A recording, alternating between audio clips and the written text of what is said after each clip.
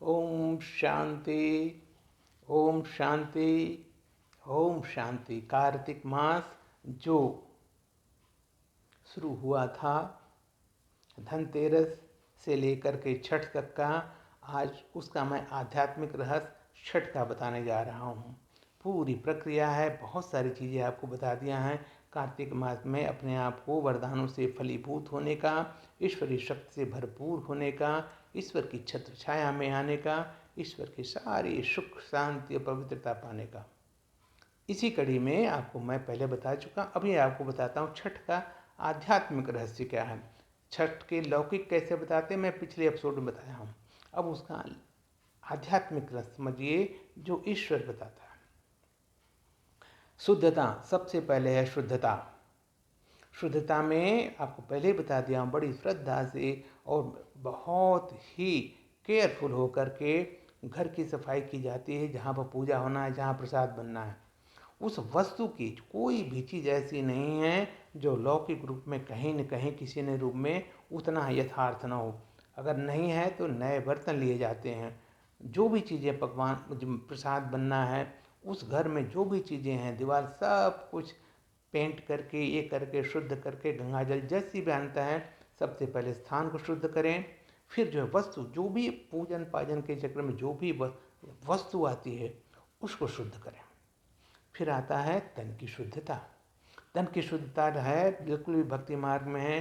किसी मंदिर में जाते हैं, कोई भी व्रत करते हैं, उपवास करते हैं, अनुष्ठान करते हैं, अगर आपका शरीर पवित्र नहीं है, आपको जो है सबसे पहले शारीरिक पवित्रता मानी जाती है। शरीर पवित्र है तभी ईश्वर का आशीर्वाद मिलेगा, नहीं तो हो सकता है उनका श्राप मिल जाए। इसलिए बिल्कुल केयरफुल रहते हैं। शरीर बिल्कुल शुद्ध, संकल्प बिल्कुल शुद्ध, बोल बिल्कुल शुद्ध।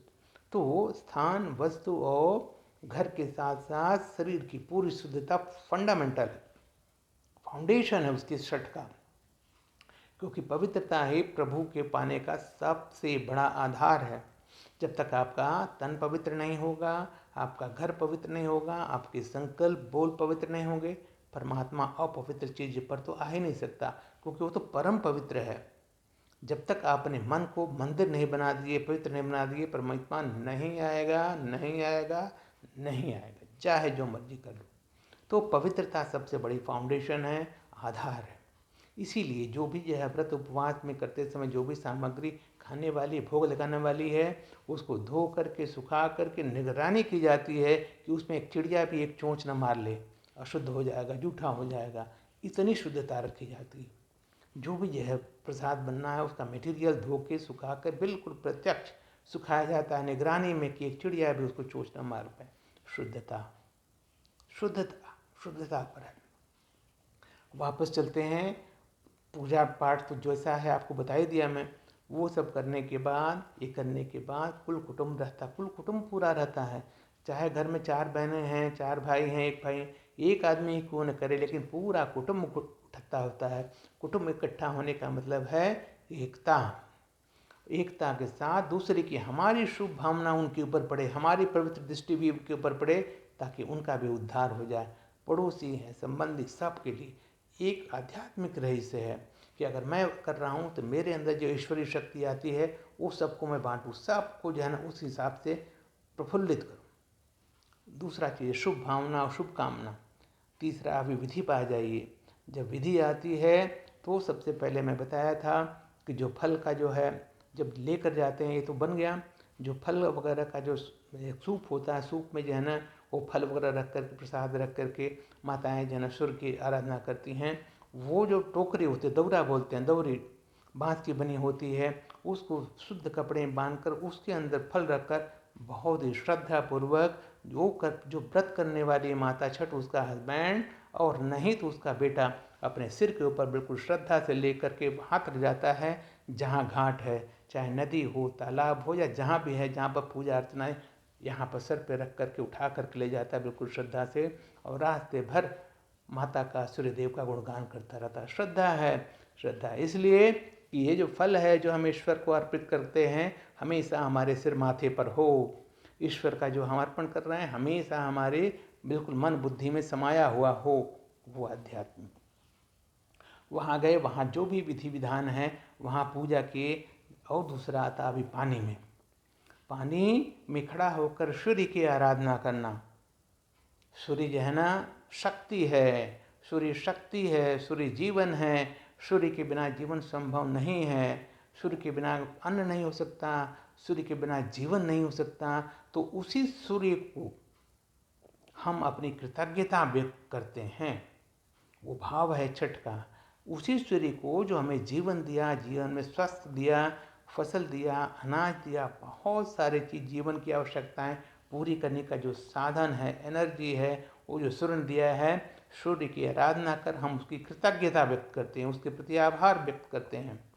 और सूर्य से फिर उस समय की पर्टिकुलर जो है पावरफुल एनर्जी लेते हैं। एनर्जी का मतलब ये है कि जब सूर्य की किरणें उस समय जब हमारे ऊपर पड़ती हैं तो हमारे शरीर के अंदर पूरी ऊर्जा भर जाती है। लेकिन साथ में पानी में रहकर क्यों है? अगर पानी में हमारे पास पैर रखे हुए हैं तो ऊर्जा जो हमारे शरीर में भर रही है वो शरीर के माध्यम से इस धरती में समाहित नहीं होगी, जिसको बोलते ग्राउंड नहीं होगी। पानी में रहेंगे तो वो जो है धरती में समा नहीं पाएगी। जैसे ही पानी में पैर रहेगा वापस हमारे शरीर में भर जाती है। आध्यात्मिक रहस्य है, साइंटिफिक रहस्य है। साइंस में आप खोल के देख लीजिए। इसको पहले के ज़माने के लोग नहीं जानते थे, इसलिए। उसके बाद सूर्य को अर्घ देना।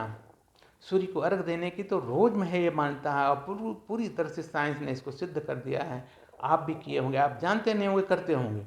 जब हम सूर्य को ऐसे अर्घ देते हैं पानी से तो मानता है कि बिल्कुल सिर के ऊपर से पानी गिराइए।